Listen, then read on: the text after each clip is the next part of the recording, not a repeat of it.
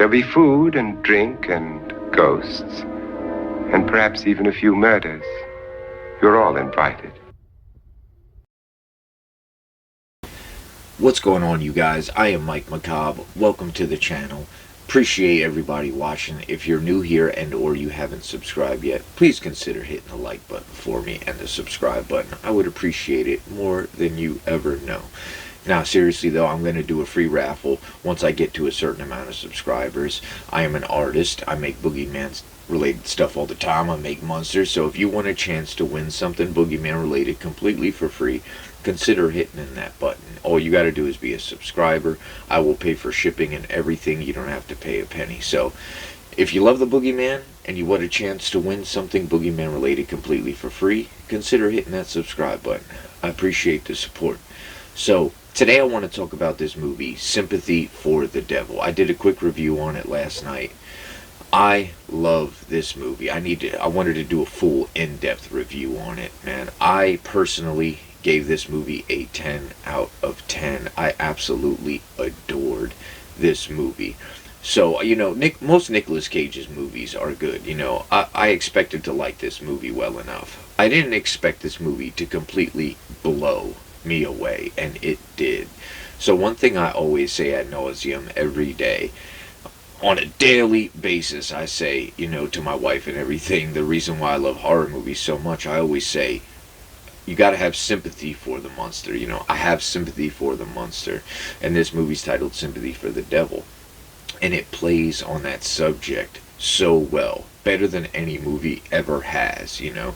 Because rarely in a movie do you get to see that perspective of, you know, why the monster is the way he is. What's the reasoning for it? This movie does that perfectly. So something that I always say, and a quote that I made up years ago, you know, trying to sound super fancy schmancy, you know, but one thing I always used to say is, you know, fear not the madman, for most men are, but yet fear the sad man, for his ability to empathize is non-existent. And I believe that to be 100% true. You know, of course we look at the monster or the boogeyman or the evil man, you know, to be a terrible person. And not saying he or she is not, you know, because obviously it's wrong to hurt people. However, on the flip side, if you can see things from the evil man or the boogeyman or the monster's perspective, you may better understand his reasoning. And this movie delves into that so very well. Like I said, I give it a 10 out of 10. If you have not seen this movie yet, go ahead and pause the video, go check the movie out, and come back. Because I'm about to get into a more in-depth review, and I don't want to spoil this movie for anybody, you know, who still wants to see it. So pause the video, go watch, and come back if you have not seen it yet. For those of y'all that are still here, man, I absolutely adored this movie. So the movie starts out with, you know, Joel Kinnaman, and he's a regular guy riding around, you know, just living his life. And Nicolas Cage jumps in the car and holds him at gunpoint. So the movie progresses, and Joel Kinnaman tells him, you know, my wife's, you know, in the hospital giving birth to our child. You're making me miss that. You know, this is an emergency situation. And Nicolas Cage is like, no, I'm your emergency situation now. So as the movie goes on, Nicolas Cage is just, he's in rare form in this movie. We get, like, face-off Nicolas Cage in this movie, and I absolutely loved it for that. You know, he's lighting things on fire, he's shooting things up, you know, just completely sociopathic, and I absolutely love that. There's a big scene in the middle of the movie where they're in a restaurant, and it goes down in there. You know, it's filmed really beautifully. There's some great shots in this movie, you know, and it's like Nicolas Cage is taking him on this journey, this wild journey. He's just going off, losing it, pretty much like torturing this man, putting this man through it. I mean, kidnapping this guy and forcing him to do what he wants to do, and watch him on this completely bonkers journey, you know. So the movie is just that, a big majority of the movie is just that, you know. So you feel really bad, you know, for Joel Kinnaman's character. You know, his wife's in the hospital giving birth, and you know Nicolas Cage got him, you know, stuck in this crazy situation. So as you get further into the movie, you know, closer to the end of the movie, Nicolas Cage starts to open up a little bit more, to where he tells Joel Kinnaman's character, you know, he starts to tell him a story, and the story is about how his wife and daughter were murdered. So at that point in the movie, your heart drops a little bit, and this movie's perfectly titled. You know how some movies the title doesn't make any sense? Not this movie. This movie is perfectly titled. So right there in that movie, it's a quick emotion switch. So that whole sympathy for the devil thing starts to make so much more sense. Because anyone out there who's a parent or a family man, particularly people with children and a partner that they really love, you know, this is going to hit home for you. You know, like you understand at this point, like, oh my God, you know. So your emotions for feeling really bad for Joel Kinnaman start to slowly switch over to Nicolas Cage, and like the drop of a dime, it's like, my God, this poor man. So the whole movie you're looking at Nicolas Cage like he's this evil, terrible person, and next thing you know, you start to actually feel for him. This movie, it just did it so perfectly. The scene is so well done. I think Nicolas Cage is one of the best actors. I really love, like, he really gets into his roles, and it's like, you know, they gave him freedom in this movie to just let loose and let go.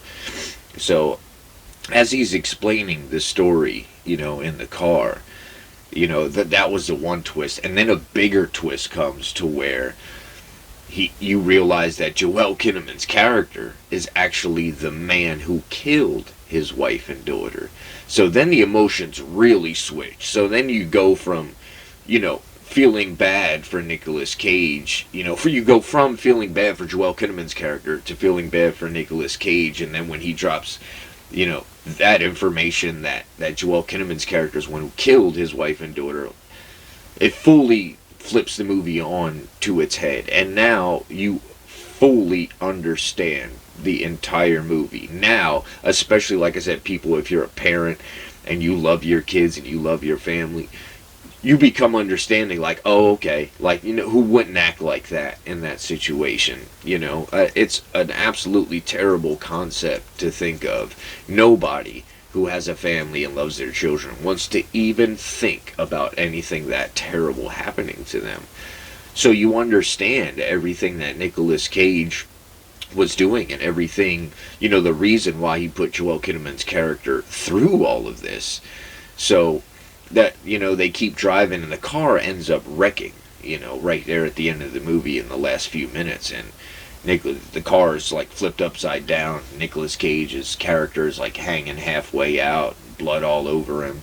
So Joel Kinnaman, he actually, you know, stumbles out. He's on his feet. He's not in nearly as bad shape as Nicolas Cage is, and he walks over and, you know, he has this speech where he pretty much confesses to Nicolas Cage that he is the one who murdered his wife and daughter, and he speaks about how it just killed him inside for the longest time, you know, like he's basically saying, no, I didn't want to do all that, blah, blah, blah.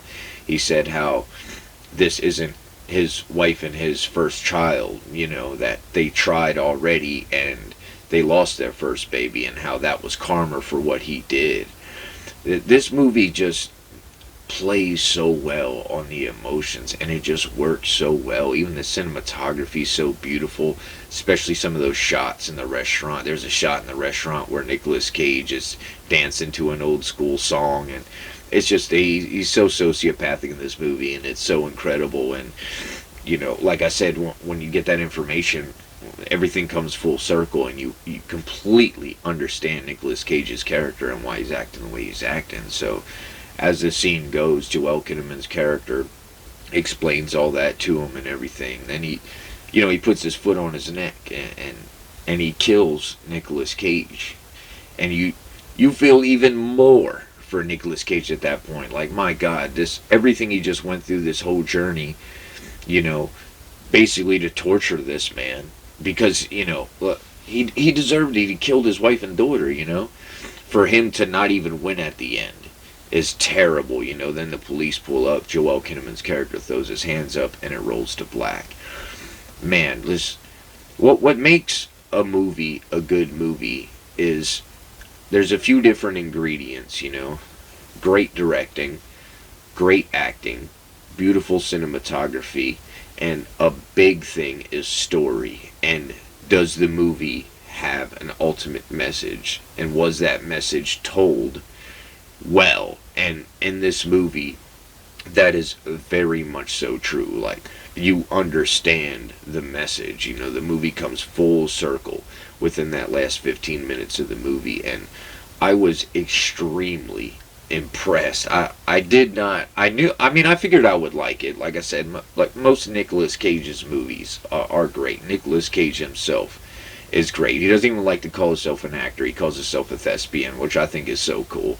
And he is. Like, he's amazing at what he does. He's an incredible actor. And it really breaks your heart, you know. Like, by the end of the movie when it rolls to black, that is exactly what you feel. You feel sympathy for the devil. You feel sympathy for the monster at that point. You understand the monster's perspective. Because a lot of the times I think people don't understand or grasp that. They look at, like I said, evil people, the boogeyman, the monster, like they're just so terrible. And yeah, they do terrible things. However, you gotta ask yourself, why? You know, I mean, of course, you know, evil incarnate exists. You know, some people are just straight up evil. However, some people are just at the point where they're so sad and so brokenhearted and so numb that they can't empathize. Their ability to empathize is completely non-existent and gone.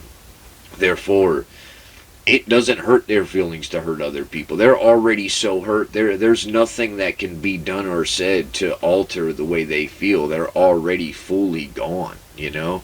So the fact that Nicolas Cage didn't get to complete the objective at the end of the movie just really drives home, you know, the whole sympathy for the devil message. Anybody, if you have not seen this, do yourself a favor and go watch this movie. It is so good. This is honestly the best Nicolas Cage movie that I've seen in probably over 10 years. I could be wrong, but in my opinion, it's my personal favorite Nicolas Cage movie that I've seen in a very long time. Maybe since Face Off. And I love Nicolas Cage in all his movies. So that's something to say, that this just might be my favorite Nicolas Cage movie since Face Off, man. It was just so good. So for those of y'all who have seen it, let me know in the comments how you feel. Do you give this a 10 out of 10? What do you rate this movie? Do you agree with me that it's an amazing movie with an amazing message? Do you think it was good? Do you think it was just okay? Let me know how you guys feel in the comments section. I can talk movies all day. Appreciate you guys for watching. Thank you for the support. Till next time, Mike Macabre signing off. God bless you guys. There'll be food and drink and ghosts, and perhaps even a few murders. You're all invited.